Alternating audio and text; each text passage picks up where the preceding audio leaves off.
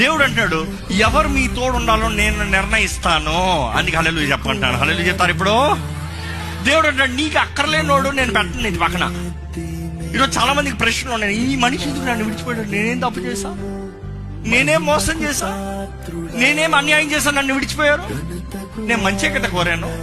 దేవుడు అంటాడు, ఆ మనిషిలో నీకు పని లేదు. ఎందుకంటే ఆ మనిషి నీ వాడు కాదు, నీకు తగిన వ్యక్తి కాదు, నీ పక్కన నిలబడి పోరాడే వ్యక్తి కాదు, నీకు ద్రోహం చేసే వ్యక్తి ఏమో, నీకు అన్యాయం చేసే వ్యక్తి ఏమో. దేవుడు అంటున్నాడు, నేను తుంచివేసేస్తాను. నేను పరీక్ష పెట్టి నీ జీవితంలో ఎవరెవరు అక్కర్లేదో వాడిని తీసివేసేస్తాను. అందుకని మన దేవుని స్తుతించాలండి. కొంతమంది మనుషులు మన జీవితాన్ని విడిచిపోతారు. విడిచిపోయినప్పుడు మనం స్తుతించాల్సిన అవసరం ఏంటి తెలుసా? దేవా, చెత్తని తీసావు అందరం. ఎందుకంటే నీ అనుమతి లేకుండా ఏ మేలైంది నా జీవితం నుంచి పోదు. నీ అనుమతి లేనిది ఏ మంచి వ్యక్తి సహాయకుడు నా జీవితం నుంచి పోవడం. నువ్వు కోరిన వ్యక్తి ప్రతి ఒక్కరు నా జీవితంలో ఉంటారు. నీ చింతనలో లేని వారు మాత్రం పోతారు. అది నీవే చేస్తున్నావు, నీకే వందనాలు. We need to have faith.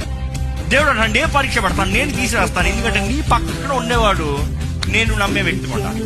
ఈ మాట జాగ్రత్తగా, మనం నమ్మే వ్యక్తి కాదు, కానీ దేవుడు వారిని నమ్మాలంట మన పక్కన ఉంచుతానికి.